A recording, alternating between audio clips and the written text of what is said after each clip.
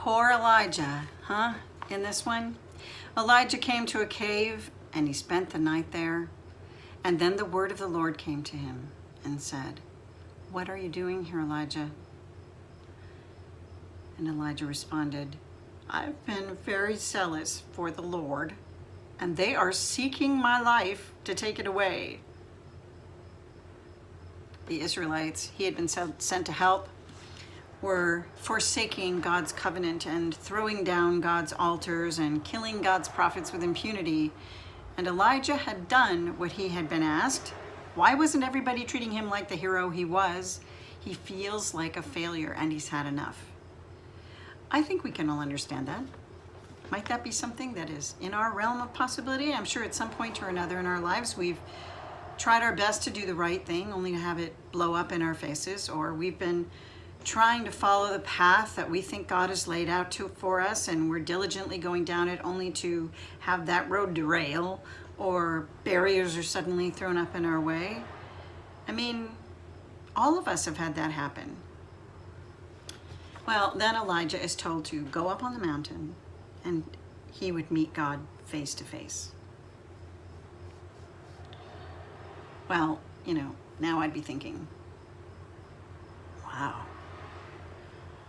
But let me tell you what happened. First, there was a huge wind, and it was splitting mountains and breaking rocks into pieces. It would be as if there were rocks as big as elephants coming and raining down on you and hitting everything around you. Wow doesn't begin to describe that. But God wasn't in the wind. And then there was an earthquake. And I don't know about you, but years ago, when I was living here in Maine, I actually went through an earthquake here. And I'll tell you, it sounded like trains were heading right for me. It kind of felt like it too. And I think by now we've gone from wow to kind of yikes. At least it would with me. But God wasn't in the earthquake either. Now I'm sure that made Elijah feel a lot better that God wasn't in the earthquake. Not because earthquake, still scary. And then there was a fire, big fire, not a campfire, lovely campfire. It's more like like fire, that kind of fire. Yeah. And I think all of us will join in Elijah in thinking at this point, maybe I'll just take a rain check and meet face to face with God next week. But God wasn't in the fire.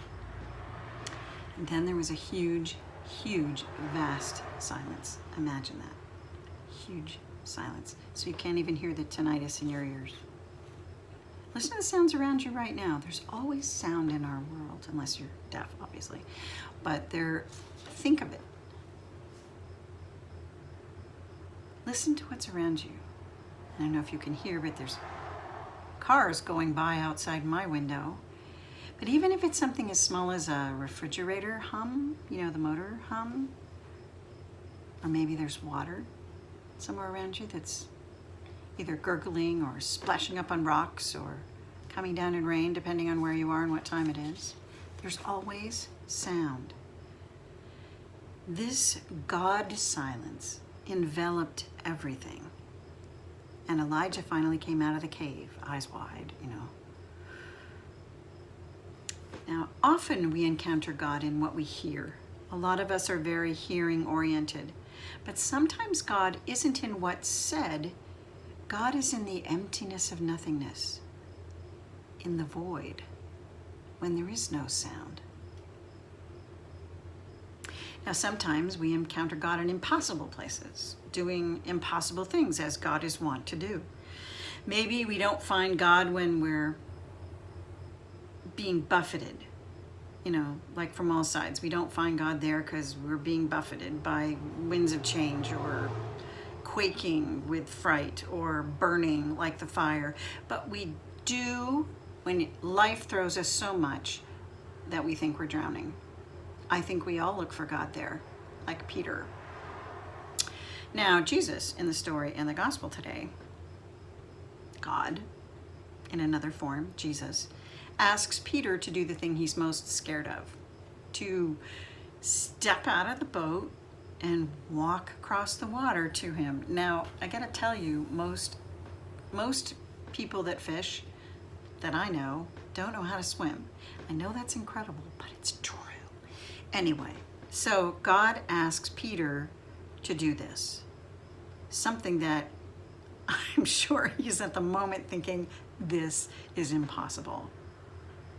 Can't God just calm the storms rather than asking me to step out into the dangerous water and walk on top of it? Because we can see where that story's going to end up, can't we? Somebody's going to drown, unable to draw a breath, much less swim or climb onto the top of the waves. Don't we sometimes feel that God's expectations are a little bit unrealistic for us? Wanting Elijah to forget his fear and wander into the political fray was God's idea of what Elijah should do.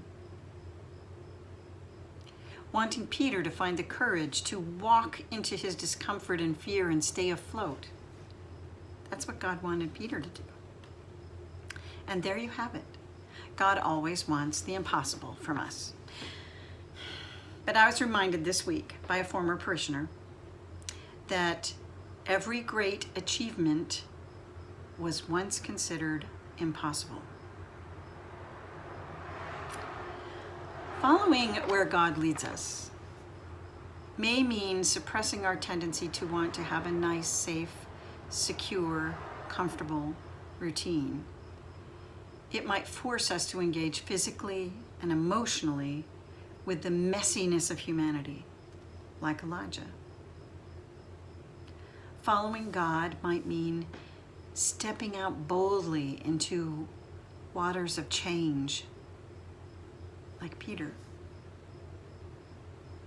And when we think that following God is too risky, that we can't go on, that's exactly when we need to tiptoe out of our cave or step off the bow of the boat.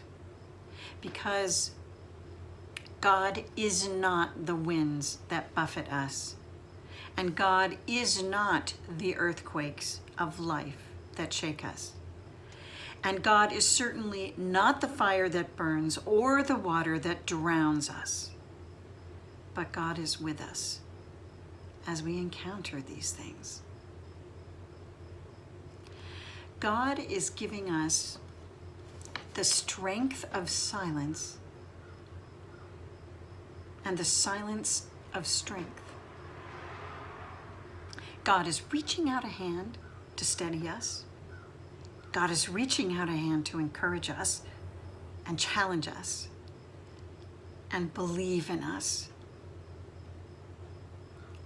And He does it as we step beyond our fears. Amen.